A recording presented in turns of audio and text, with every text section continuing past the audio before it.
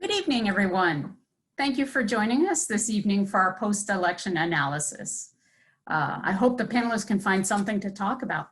I'm sure you'll have lots of questions for our guest. Please ask them at any time by using either the chat button or the Q&A button.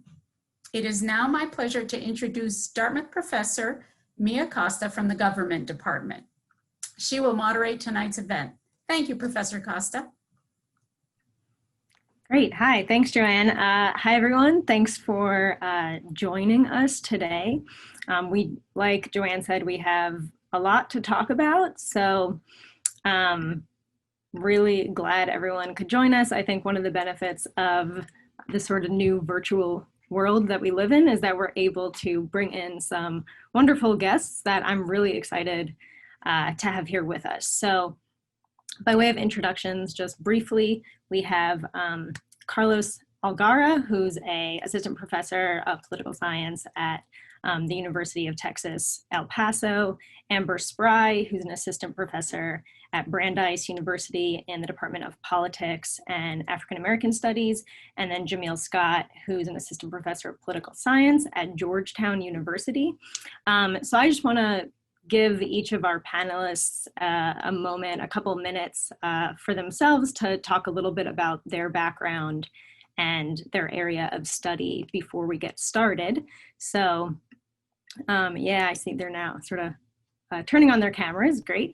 So shall we start with Amber, if you wanna talk a little bit about yourself to introduce yourself.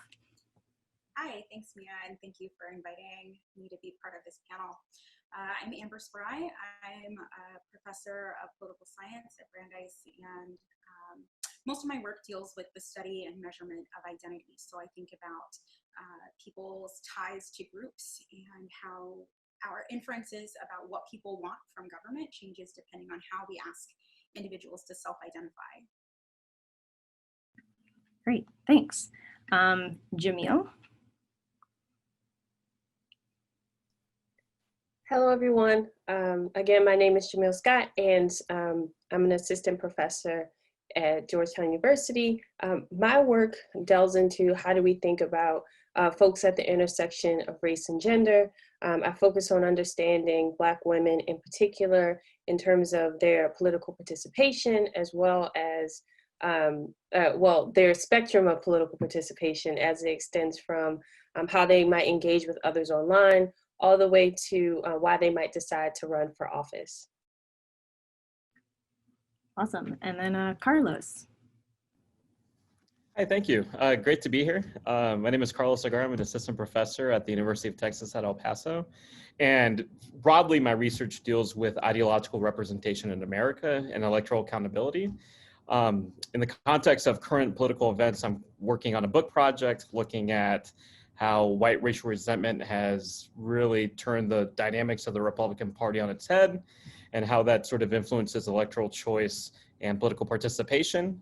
I'm also working on several projects looking at how the COVID-19 pandemic has affected people's perceptions of political elites, and also the government's role in public health. So I'm happy to be here, and thanks so much.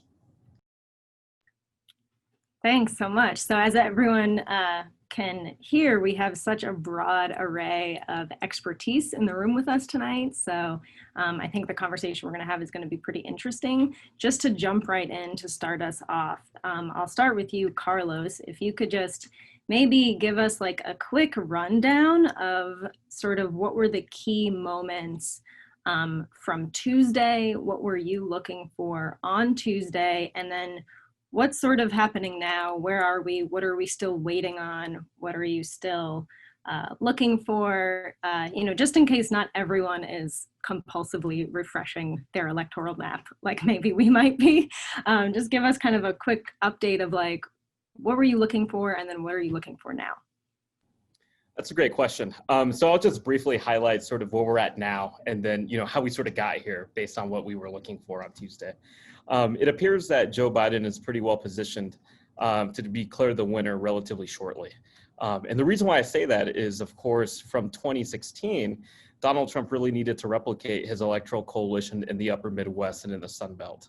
And I think one thing that we were looking for is, can Donald Trump do that within this sort of political context of the COVID-19 pandemic, and also running as an incumbent with relatively low presidential approval? It's clear that Michigan and Wisconsin have been called for Joe Biden, which really cuts off the path for Trump in terms of getting the 270 electoral votes. Joe Biden's clearly on his path to win a pretty robust margin in terms of the popular vote. We're currently waiting for Nevada, Arizona, North Carolina, and Georgia, and Pennsylvania. And it looks like Joe Biden's catching up in Pennsylvania as the mail-in ballots sort of come in. And that's something that we've been seeing throughout the course of this election cycle, primarily because of elite cues from President Trump, is that these mail-in ballots are the method that's preferred by Democrats, and Republicans prefer to show up on Tuesday. And it's clear that Joe Biden's going to catch Donald Trump. At least it's headed in that direction in Pennsylvania, and the same thing in Georgia. However, Joe Biden's path to 270 right now seems to be solidified with relatively robust leads in Arizona and Nevada. Nevada they look like they're going to finish counting tomorrow, and it appears that Donald Trump is running out of votes in Nevada. Arizona has already been called for by Fox News and the AP. So it looks like Joe Biden is clearly on his way to 270 electoral votes, just given the amount of paths that he has. And Donald Trump really needs to close the gap out west, and he has to run the table in order to win. One of the things I was looking for on Tuesday was seeing, just if the polls were going to be correct, if Joe Biden was really going to have this sort of robust repudiation of Trumpism. It's clear that's clearly not the case. Another thing that's clearly not the case is that Donald Trump has inevitably made gains in certain parts of the country. Watching on Tuesday, one of the first indications of that was the margin out of Miami-Dade County in Florida, being one of the first states, one of the first swing states to be called. And for context, Hillary Clinton carried Miami-Dade, which has a robust Latino population, a very diverse, heterogeneous Latino population. You have a lot of Puerto Ricans, you have a lot of South Americans, Central Americans, but also, of course, a very vibrant Cuban community. Joe Biden only carried it by 54 to 46, dramatically undershooting Hillary Clinton. There's no Democrat that could be elected into statewide office in Florida with those sorts of margins in Miami-Dade. That was the first inclination that something was going on, and it appears that Donald Trump has, here in Texas, has been relatively successful in terms of improving his margin amongst Latinos. So that was really sort of the first inclination that this election was going to be far closer than the polls have indicated. There wasn't this widespread revolt in terms of in the suburbs. That's clear with respect to the lack of gains by House Democrats. They targeted districts, about 5 or 7 districts here in Texas alone, and it looks like they're going to come away empty-handed. And it looks like that the House Republicans are actually going to cut the Democratic majority probably in half, which nobody predicted. And of course, the Republicans they didn't gain seats in the Senate. They lost, 2 seats in Colorado and Arizona, which were, projected that they would lose, but they held on to all the marginal seats. With the caveat that we're going to have 2 runoffs in Georgia, which will ultimately decide control of the United States Senate. So Senate Democrats had a bad night. House Democrats, of course, had a bad night. But it looks like Joe Biden's going to be elected president, and he's going to have I believe when it's all said and done, he's going to have a relatively robust popular vote victory and a relatively modest electoral college margin. So that is such a great complete, there's so many things in what you just said that I think will probably come back to. So I might want to come back to you on what you said about maybe some of the gains in the Senate and in maybe the Georgia situation a little bit. But because you spoke about election polling a little bit, I want to pivot to Jamil and just ask about, your experience with polls and also just kind of the future of election polling, because like Carlos said, one of the big stories from this week is that the polls underestimated support for President Trump, again, like they did in 2016. So I want to ask you, is that the right interpretation? And if it is, then, just generally, like, what can we know from election polls, and what do you think the future of election polls is? I think that's a really good question. And I think people have been really down on polls in in the aggregate, I think they give us an indication of, or some approximation of truth, right?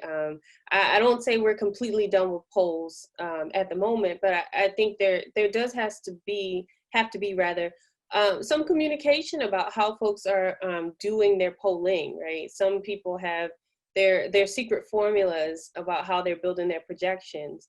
And I think there needs to be a bit more clarity about how folks are creating their models here, right? So Trafalgar has their secret sauce that they're unwilling to share, right? And they predicted a Trump victory, right? And other folks have their models, but there's no clear story about what is going into those models and what and how that matters for the prediction process. We all, as political scientists, know, right, what goes in your model matters, right? And we have folks who are doing polling and not sharing what's going in their models, and that, I think, is an important indicator to be thinking about. So I think in the aggregate, there's something to be said here, right? We still have a story that's not too far off from the truth, because political scientists, forecasters who've been aggregating all of those polls together, right? They're not too far off from the story overall, right? It's just these individual polls are not telling the story, right? And I think the general caveats still apply, right? That we need to be careful about margin of error, right? When we're telling people about polls. And also, I think we really need to be careful and think more be more conscious about how we think about how we're defining groups, right? I think one of the things that this election tells us or the biggest takeaway from this election, I think, would be that moving forward, we need to be careful about how we're aggregating groups, particularly when we're talking about Latinos, right? And so this is not a monolithic group yet. We treat it like one, right? And so we have to be conscious about what this means for who we're talking about in what state, and what this means for how we're weighting voters, right? Because we've seen it very clearly that, you know, Latino voters are doing different things by state, and we need to be conscious about how this matters for who we're weighting rather as voters. So there's that. But also, I would say that it is growing and increasingly important, right? So this is not to say that Black voters haven't done what we expected them to do, largely showed out for the Democratic Party, but there is some, the Black vote is not as homogenous as we would assume, and that's something to think about as well, right? And so there's a growing immigrant Black population, and there are some native-born Black Republicans that we need to consider here as well.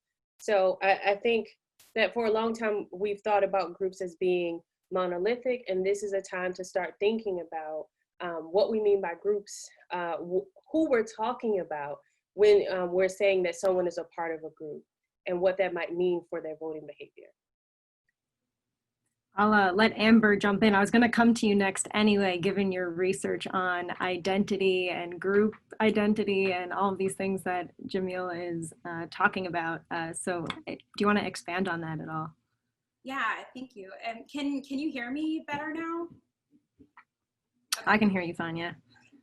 Yeah, I think Jamil raises really important points about what constitutes group identity, right? And so when we're looking at the demographic breakdown of voters in this election in particular, I think it's really easy to come to the conclusion that, as Jamil said, Black voters have behaved exactly as we might expect, or Latino and Latinx voters are showing up increasingly for the Democratic Party. But I think there's a deeper context to be understood here. And I think the reason that we can observe these patterns is because we have institutional features that sort of create this atmosphere of ideological clumping, right? And so there's not as much ideological variation available for people to present more diverse views and different kinds of preferences. And I wonder sometimes if we had that ability in our political system, if we would see different voting behaviors, and my research suggests that we might. So one of the things that I take very seriously in my work is contextualizing what all of these group identities and what all of these group ties mean. And so does it mean the same thing if someone ticks the box and says, I'm a Latino voter? Does it produce the same kind of outcomes as if someone were to say, being Latino is important to how I think about myself in the world, right? And so when we ask those questions about group identity in different ways, we would observe different outcomes. Thanks. I want to turn quickly to a question from the audience, just because I think it relates to something that Carlos was talking about earlier, which is whether this election was or was not a wide repudiation of Trump and Trumpism. So, Carlos, I don't know if you wanted to expand on that comment you made, or if Jamil and Amber, you want to jump in and give your thoughts on that, of whether what we're seeing in the turnout rate or the results that we're seeing in some of these key states, is that evidence of a repudiation of Trump, or is it maybe falling flat from what we were expecting? I think that's a great question. And I think the answer isn't as straightforward as I thought it was. And the reason why is we have to separate, I think, a little bit the behavioral aspect nationwide and sort of the institutional dynamics that we're finding ourselves in, right? So to the first point, this is a repudiation of Trumpism if you look at the national popular vote.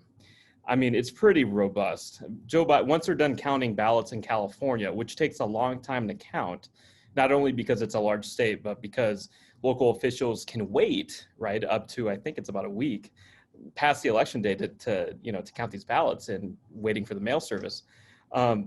Once all that is said and done, I expect Joe Biden to win anywhere between 52 to 53% of the popular vote. If this was a statewide election, that's a very robust victory, especially in this era of hyperpartisanship and polarization. On the other hand, right, we're talking about the fact that we don't know if Joe Biden's going to be elected yet. It's looking that way, but we're not entirely, hasn't been called yet. And even Joe Biden himself hasn't declared victory yet. And that's institutional, right? Because of the way that we choose our presidents. We're looking at, a 10,000 vote margin in Nevada. We're looking at 9,500 votes in Georgia. We're looking at, less than 100,000 vote margin in Pennsylvania. I mean, that's institutional, right? So if you look at it institutionally, that, you might draw to the conclusion that this is a very close election and that this isn't a repudiation of Donald Trump. If you look at it nationally, I think you can argue the other way. With respect to the Senate and the House, it also becomes a little bit more divided. The Senate's institutional. The Class 2 Senate seats that are up this year are not nationally representative of all 50 states. The average Senate seat this year is far more Republican than the average state nationwide, right? And if you look at the places where Democrats, fell flat, places like Iowa, Montana, North Carolina, those are really, relatively Republican states. Georgia, for example, that's going to a runoff. Democrats didn't win it outright. So they were playing in a relatively conservative battlefield in the Senate. And the same thing, to a certain degree in the House as well. A lot of the districts that the Democrats have lost are Republican-leaning districts. Like Minnesota's 7th district, was the most Republican district held by a Democrat, and they lost that. So I think it's really important to sort of tease out, what's happening nationally and what's happening within our institutions. I think nationally you can draw a picture where this was a repudiation of Donald Trump in the last 4 years. I think institutionally you can draw a different conclusion. So it's a little bit of a hazy picture, at least for me.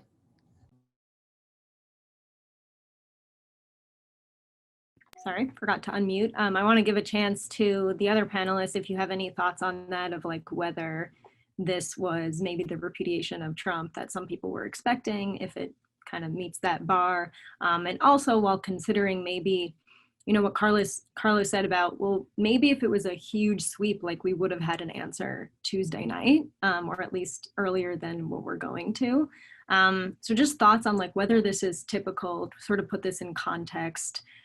No matter what the election was, were we always going to have to wait a few days, weeks to really know the outcome? just thinking of, is this normal in the context of presidential elections now to not know who the winner is yet? Jamil? So Yeah. I think that it's more normal than we think it is in a very abnormal time. That it's not uncommon for us to be waiting for votes.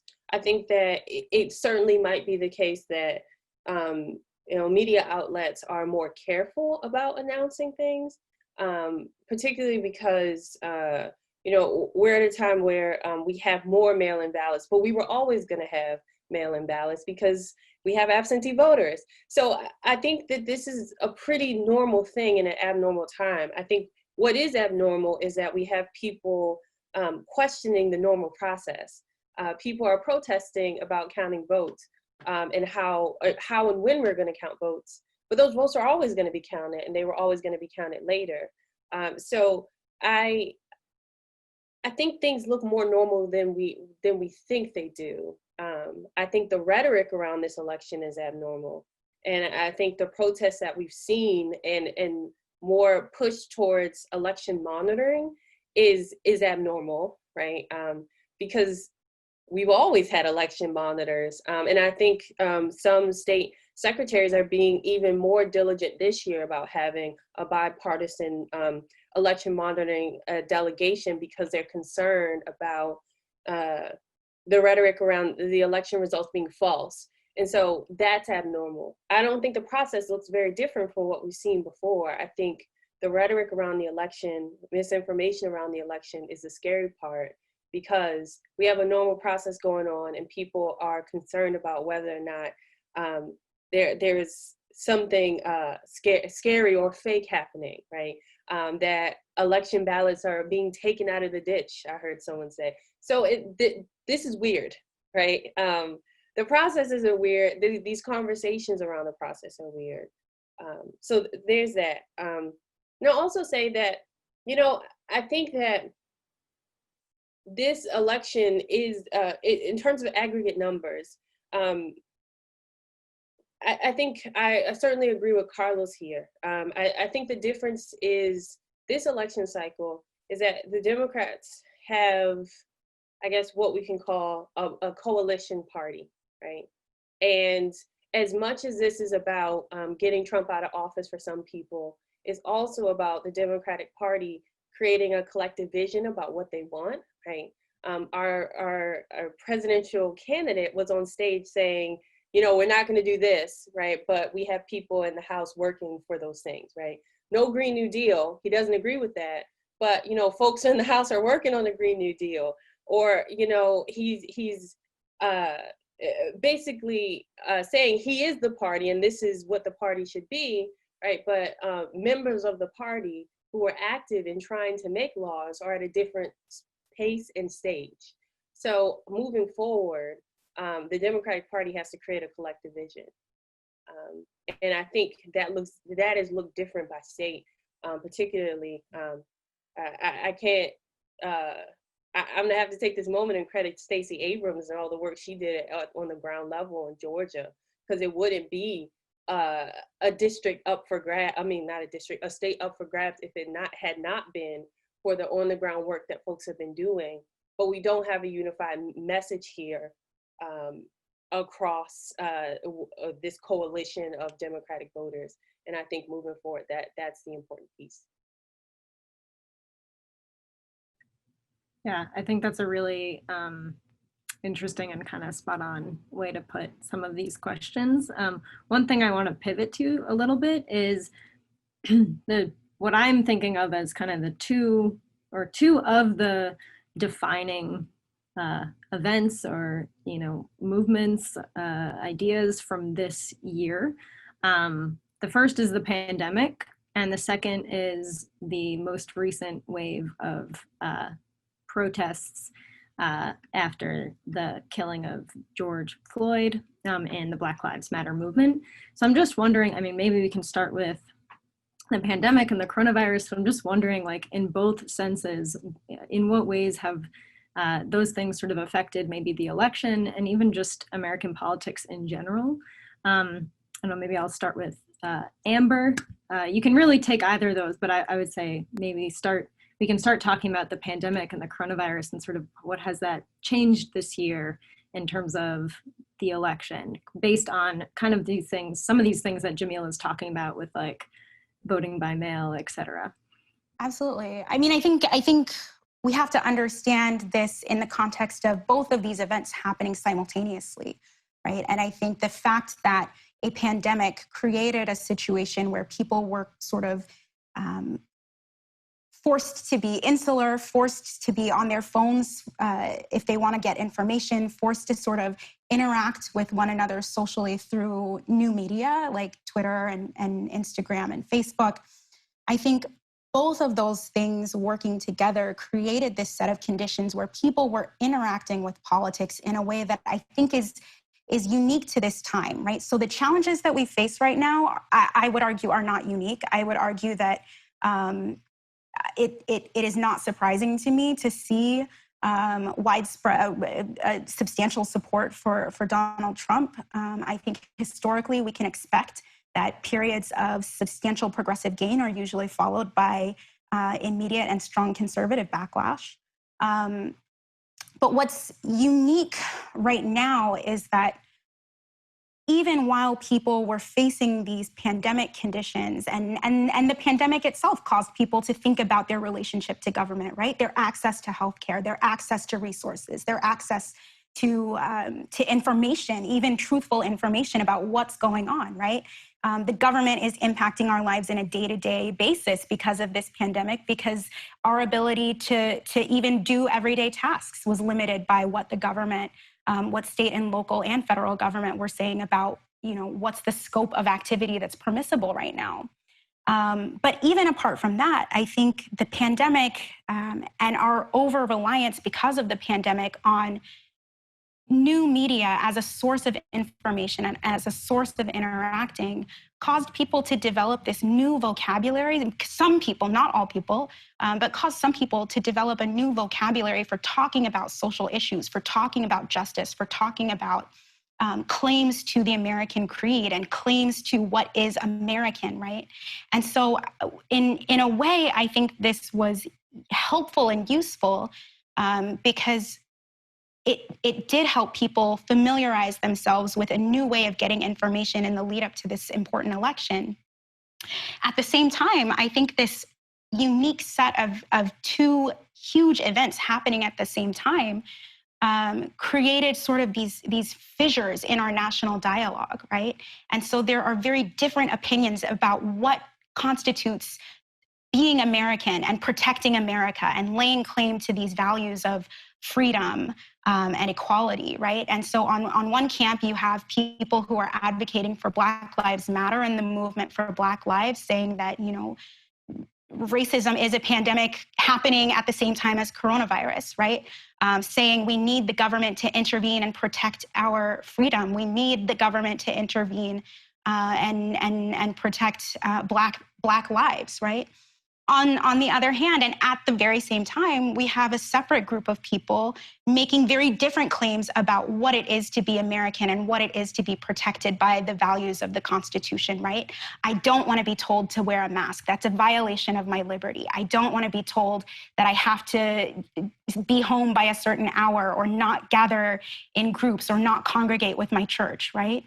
And so both of these events happening simultaneously, I think, created this national dialogue that made this election very much about who was going to protect the American values that people were most invested in. And that point of disjuncture, I would argue, is that people have fundamentally different beliefs about what it is to be American. That's really interesting. Yeah, I totally agree that both of these sort of events and movements are difficult to talk about separately with regard to how they are affecting how we're relating to politics. So that's really fascinating. On that, I'm wondering, based on what you're saying about how this might be influencing what it means for people to relate to being an American and being, a member of society and what they can do and what government can't tell them to do.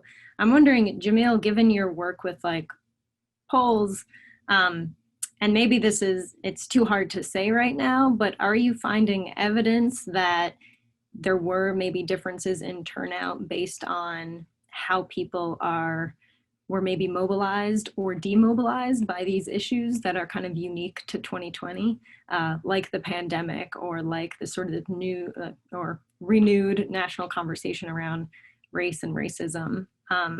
Is there any sort of data in like the turnout data that might support that people were turning out differently based on those events?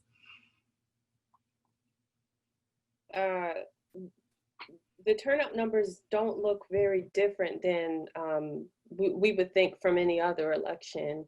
And I guess I say this with some notion of carefulness because all the numbers aren't in, but given the patterns that we've seen already, right, we still see a race and gender differential here, right? That, you know, men and women of color still, you know, by and large, went to the Democratic Party, and we saw white men and white women, you know, vote Republican here. And that's not very different from what we've seen in any other election, right? You know, I think that there are differences by education, and we did see Biden do better with non-educated white men, right? But you know, he didn't make the gains that we would have expected with educated white women.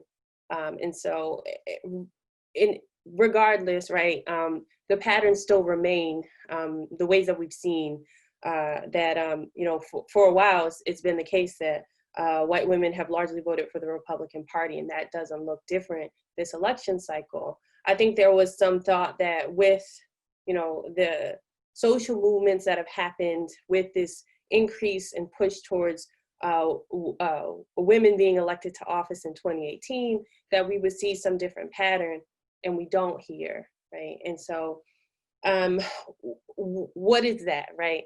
I think that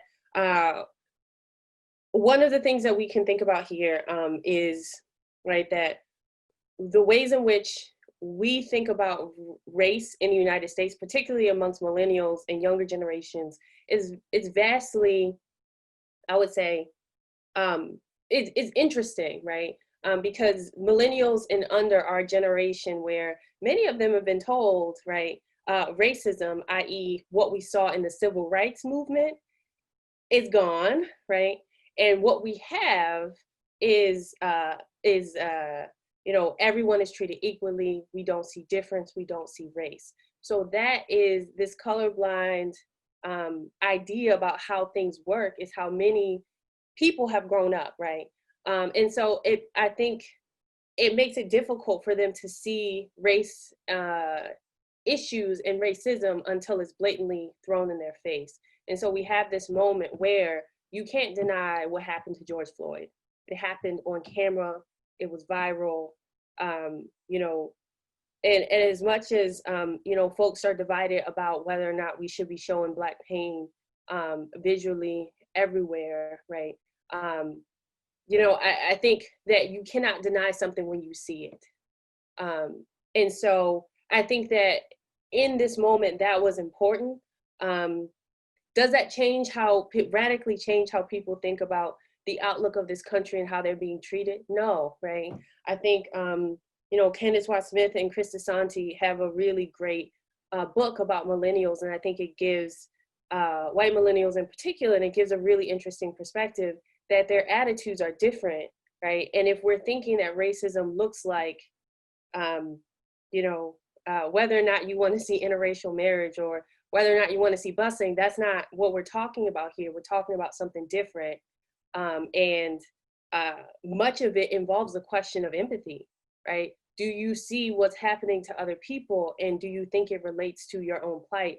And many people don't see that. They're wondering about what's happening to themselves, right? And when something is blatantly obvious that involves race, they see it, but that doesn't extend to other spaces. Great. I'm going to turn to some questions that we're getting from the audience. Carlos, I'll start with you because we have a question about Texas. So what happened in Texas? You know, we've been talking that Texas is going to turn blue or it's purple, or so what happened? Can we think of Texas now as a solidly red state, and is it going to stay that way? Yeah, that's a great question. It's a question I've been thinking about a lot since Tuesday. So there are a couple of different lenses to look at this. The first is, I'll start at the House level, because Texas was supposed to be, you know, the sort of ground zero for the Democrats gaining seats in the House of Representatives. Texas Democrats and the Democratic Congressional Campaign Committee, which is the organization in DC that coordinates keeping the majority and expanding the majority. And they recruit candidates, they raise money, they do polling. It's the party organization entrusted with House elections. They targeted 7 seats down here in Texas that were held by Republicans. They didn't carry a single one. They poured money into Texas, all the way from El Paso to to the close to Houston, really, and they just fell flat. There was a district to the east of here, the Texas 23rd district, for example, where the Democrat came within 1,100 votes in 2018, one of the closest congressional districts in the country, causing the Republican incumbent to retire rather than to run for re-election in 2020. It looks like a candidate endorsed by Donald Trump has carried that district, and this was a district carried by Hillary Clinton in 2016, and Trump also carried that district. So from the House perspective, it was a disaster for Democrats. From the Senate perspective, it was also a disaster for Democrats. The Senate race ended up not being close. The last numbers I saw, Senator Cornyn is going to probably secure a 10-12% re-election victory. That's not a close election. Looking at the presidential level, it's true that Joe Biden has increased his vote share relative to Hillary Clinton. Trump appears to have won the state by about 7 points. Trump won it in 2016 by about 9 or so. So that is, a gradual improvement. I think the real story here in Texas is the drop off in Latino support for Joe Biden. But it is true that Biden gained in the suburbs, not to the extent that they wanted to, but they gained in the suburbs of Austin, Dallas, Houston, especially in Dallas, in the Dallas-Fort Worth metroplex. But it wasn't enough to offset losses and a loss of support in the Rio Grande Valley, which is traditionally here in Texas been the bedrock foundation of the Democratic Party. Even in the 1990s, when Democrats were in the wilderness here in Texas, they can count on the support of Hispanics in those very Hispanic counties. I am completely befuddled, and I don't have a good reason why, but Donald Trump made some serious gains in the Rio Grande Valley. Zapatas County, which is a county close to McAllen, there in the Rio Grande, sort of south where Mexico meets Texas on the Gulf Coast, Donald Trump carried it. This was a district that went about 80-20 for Hillary Clinton. And he carried it. He became the first Republican to carry that district since 1920. It was nothing short of a disaster for Democrats in those rural Hispanic counties on the Mexican border. Here in El Paso, a very Democratic county, the incumbent only won by 25%. It was even here in a solidly Democratic district, the Republican challenger gained about 18 points. And so I think political scientists, and certainly it's in the Democrats' best interest to figure out what exactly happened here in Texas. Was it something in terms of the appeal of Donald Trump that he didn't have in 2016? I think to his credit, Donald Trump did try to make some inroads when it came to Latinos in this election, because strategically you sort of have to do that. It didn't really confirm with my priors, because I thought Donald Trump's relatively racist rhetoric was going to turn off a lot of Latinos, and clearly that's not the case. He gained amongst Latinos, and Biden dramatically underperformed not only Hillary Clinton, but Beto O'Rourke in those counties. If you can actually plot on the x-axis, the margin for Beto, and on the y-axis, the margin for Biden, and you'll have a negative relationship. It's pretty stunning what happened in those counties, and I think we have a lot of work to do in terms of trying to figure out what happened, to the Biden campaign, but also to the Democratic brand statewide. I mean, if I could jump in on this, I Go think, ahead. you know, one of the things that Biden relied on this election was the Obama legacy, and that works with Black voters, but I don't think that works so well with Latino voters. And I think that might factor into the vote margin here, right? So, I mean, we can't forget that Obama was called the deporter in chief, and I don't think folks in Texas forgot about that. I think that factored into it. And then there was conversation about Biden picking Latina as his VP. I think that might have helped him make inroads with the Latino community, but he chose Kamala Harris, who has ties to California Latinos, but it's not the same, right? And so I think he tried to rely on that he was going to, you know, grab both groups, that picking Kamala Harris, although she's certainly Black and Asian American, but I think he assumed that grabbing Kamala would bring the Black vote, and that maybe the inroads that she made in California with Latino voters would be enough. That's not enough for Texas.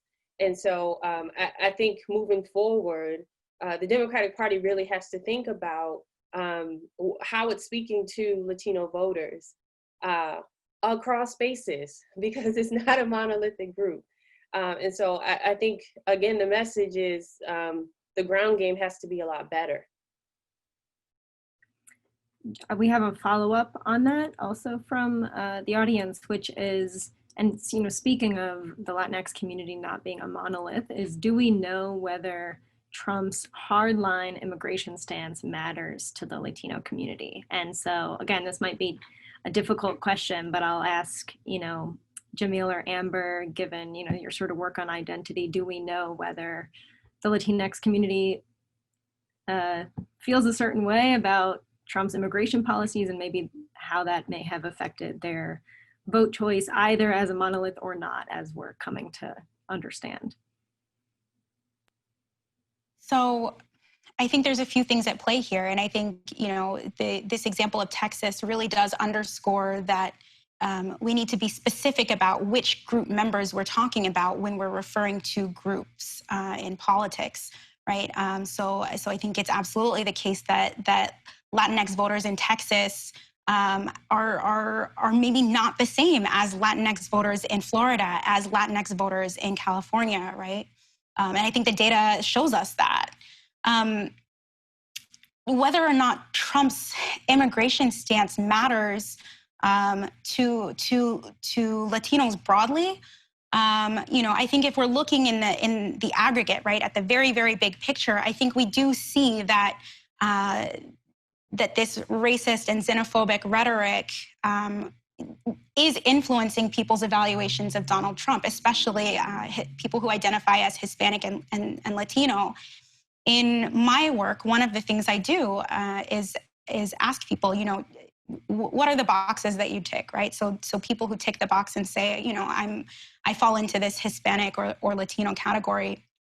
And then I give people a bucket of points and I say, okay, well, if you told me, you know, here's all the identities that you've ticked off earlier in this survey, tell me which ones matter to you, like which ones feel the closest to you by putting points across these groups. And I'm able to measure not just how strongly someone feels attached to a certain group, but the magnitude of that attachment relative to other identities. One of the things that I see is this much richer context in which policy decisions are impacted by people's ties to identity. So I think for people who express really strong ties to their Latino identity, Trump's immigration rhetoric has a much stronger impact there. But again, I think all of this boils down to how people are thinking about their ties to the group. And it could be the case that, you know, not everyone feels beholden to their racial group or their ethnic group interest because they're thinking about other things as well. Nobody's identity exists in a vacuum. So we're full people and we're full selves. And so while people are thinking about what's important to their ethnic group, they might also be thinking about their class ties. They might also be thinking about religion. And I think this is one of the things that continues to show up with Latino voters, is that it's not always just it's not always just Latino identity that's showing up in political decision-making. It's also aspirational ties to other status in America. So we have another sort of follow-up on this from the audience, which specifically for Jamil and or Amber, which is the significance or impact of generational identity. So first generation versus second generation and so on, and how that might impact vote choice. And I'll go a little bit further and just how that might impact other types of political behavior or attitudes as well. Any thoughts on that?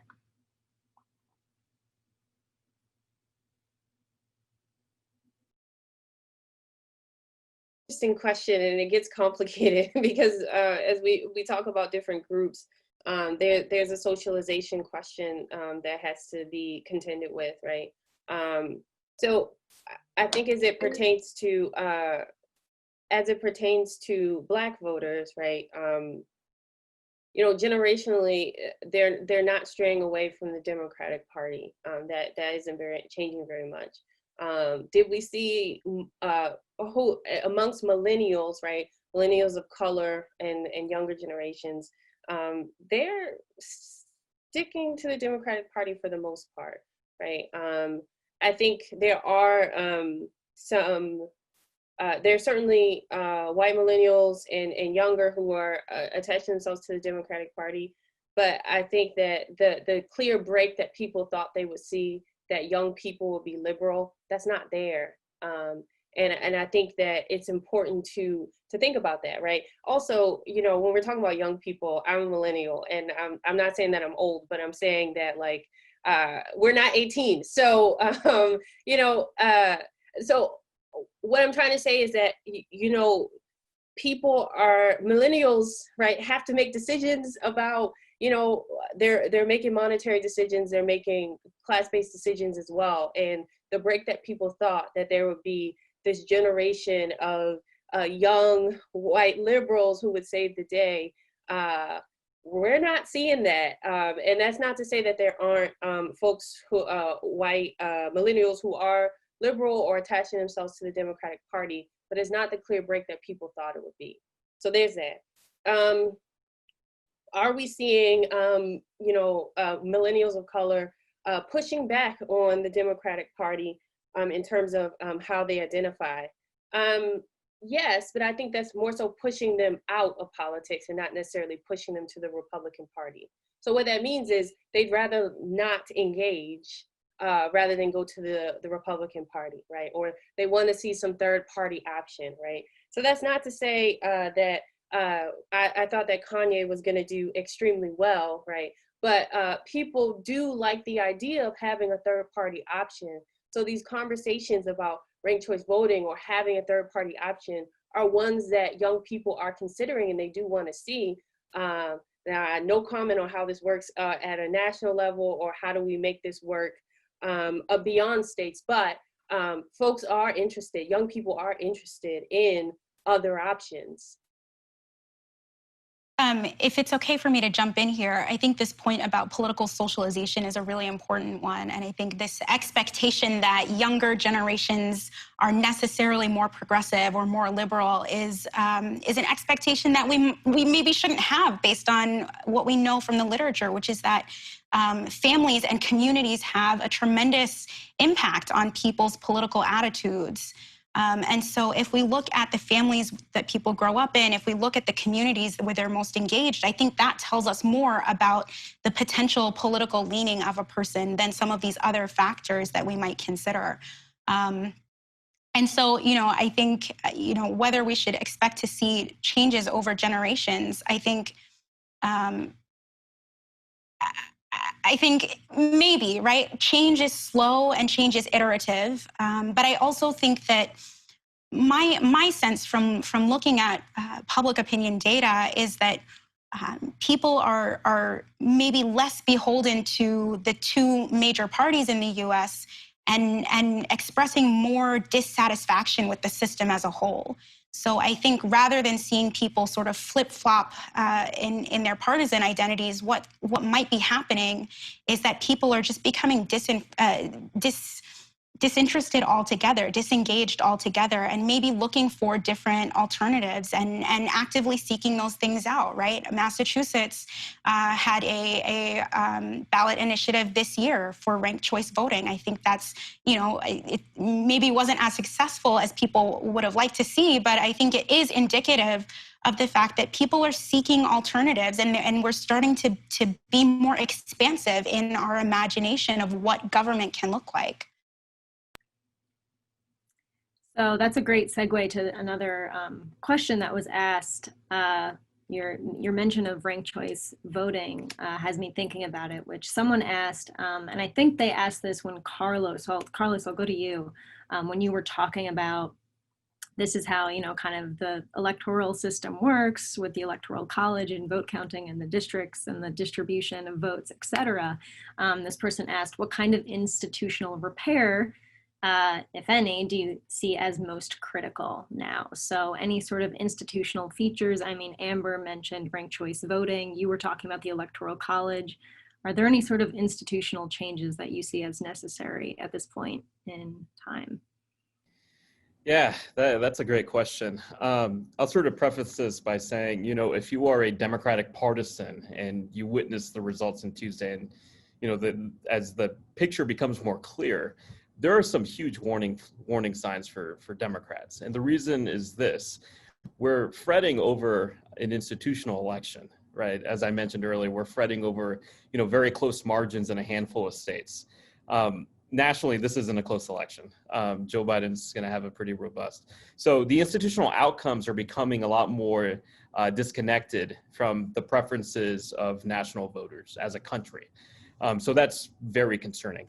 I think for me, one of the biggest pieces of reform that I think that we're going to have to grapple with, and of course, we're not going to achieve this because of the transaction costs required to do this, but the U.S. Senate in the long run is a very big problem. And the reason why is this: I mean, the median Senate seat is about, 7 or 8 points more Republican than the country at large. The Senate battlegrounds are going to become smaller and smaller and smaller. It was imperative for the Democrats to take this Senate this cycle because they had more targets, and they missed targets in Maine, where they do have ranked choice voting. But Susan Collins is pretty close to that 50% of first preference. So they left that on the table. They recruited great candidates throughout, and I'm thinking of Steve Bullock in Montana, the incumbent governor. Before the Valence scandal in North Carolina, they had a pretty good candidate in Iowa. They lost all those races.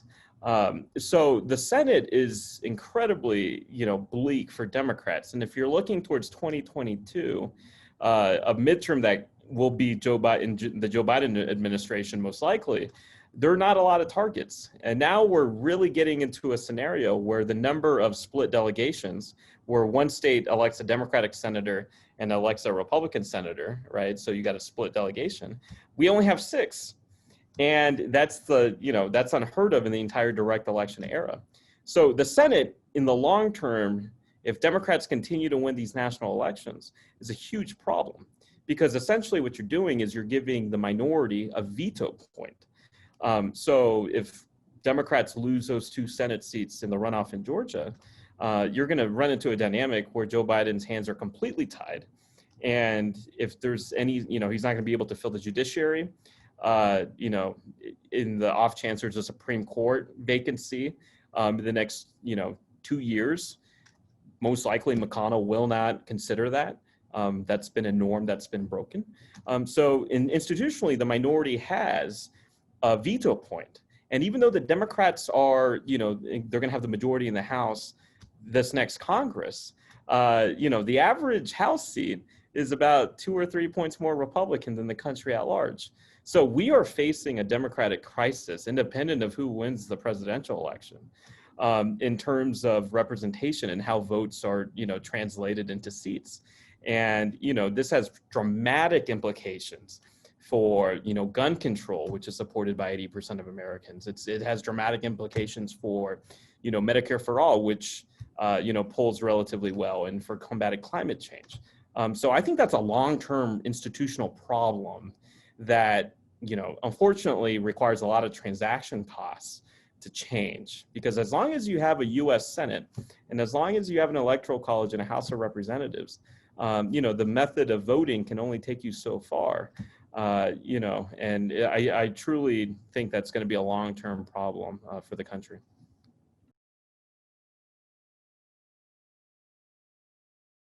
Thanks. So we have time for maybe one last comment, and to answer one last question. It would be great if we could briefly hear from all three of our panelists, maybe on this question, just generally, especially given with what Carlos has just said and everything else we talked about tonight regarding polling, turnout, mobilization, the parties looking to mobilize and connect with their voters. One question we have, which is kind of this big question of which party has more soul searching to do given this election outcome? And I would like to, invite you to, beyond that, what does this mean for the next couple of years? What should we be looking for in terms of how this might change, or what this says about the state of party politics in the US? So I'd love to hear from all of you about that quickly. I mean, I know we only have a couple of minutes, but should we start with Jamil? Sure. So I think the Democratic Party had an opportunity here to win some seats, and they didn't. And so I think mobilization is the name of the game, and having a good ground game. And it's very clear that the Democratic Party does not have that. I'm very sorry. And so, I think moving forward, there has to be a model of thinking about how they're going to connect with voters across states, and do a better job of that. Not just, this is an interesting year, and we saw increased vote shares, right? And I think partially that has to do with mail-in ballots, right? But I think the battle also has to do with mobilizing folks, being aware of what their rights are when they do go to the ballot box, because I think some states are making it harder for folks to vote more and more, right? And in addition to that, I think this is going to be a really interesting redistricting cycle, and redistricting is more and more being controlled by Republican-led state legislatures. So I think that it adds an interesting dynamic to that as well. And I can't say that we have the most accurate census count because that ended early. So the Democrats have to do a better job of their ground game, but also be conscious about what the next couple of years look like for representation, because there is a Republican-led, redistricting will be a Republican-led process for the most part in many states. So I wonder how much soul searching we expect the parties to do, and whether this question is about how much soul searching we want the parties to do, right? I think both parties have made clear where they stand on issues, where they stand on important things that have been happening in the world around us and influencing people's lives in very tangible ways, especially in the wake of the coronavirus, especially in the wake of increasing demands for racial justice in the country, especially in the wake of all of these important events that are happening, not just domestically, but also internationally, right? I think both parties have made this clear. So I think the question that I'm asking myself and asking other people is, what do we want from government, right? What are our expectations? Because parties function as coalitions, right? If we make ourselves valuable to parties, they're gonna vie for those positions. But I wonder what we want from government and what tools we have available to us to make those things happen. And I think action at the local level is really the name of the game, right? And I want to encourage everybody who's with us today on this panel. What actions can we take? What tools are available in our hands to cause government to respond to the interests of the people? Because I think that's increasingly important, and I think that's something that people are willing to see happen?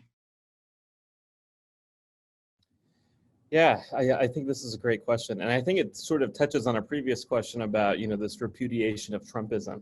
I don't know if there's going to be a lot of soul searching within the Republican Party. And the reason why is I think Trump has tapped into a market. I think he's tapped into a market where his rhetoric and his policy positions work, mostly his rhetoric.